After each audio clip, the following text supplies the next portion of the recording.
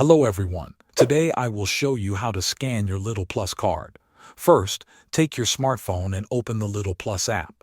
Make sure you are logged into your account before you go to the checkout. When the app opens, you will be on the home screen.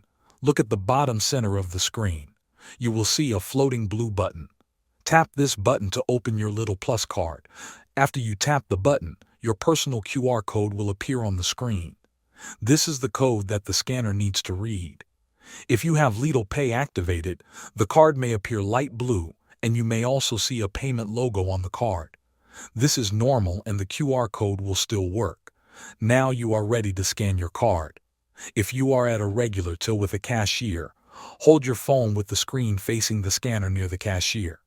Keep your phone steady and make sure the screen is bright enough so the scanner can read the code clearly. If you are using a self-checkout machine, look for the built-in scanner on the terminal.